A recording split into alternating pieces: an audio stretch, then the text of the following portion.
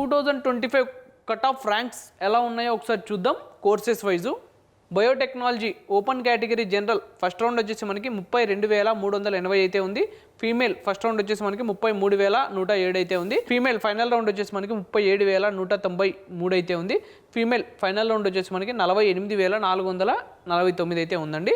So అలానే ఈ course సంబంధించిన EWS, OBC NCL, SC, ST category wise వాటి కట్ ఆఫ్ ర్యాంక్స్ అయితే ఉన్నాయి. ఒకసారి స్క్రీన్ షాట్ తీసి అయితే పెట్టుకోండి. Chemical engineering open category general first round వచ్చేసి మనకి 20,109 అయితే ఉంది. ఫీమేల్ ఫస్ట్ రౌండ్ వచ్చేసి మనకి 32,378 అయితే ఉంది. జనరల్ ఫైనల్ రౌండ్ వచ్చేసి మనకి 22,469 అయితే ఉంది.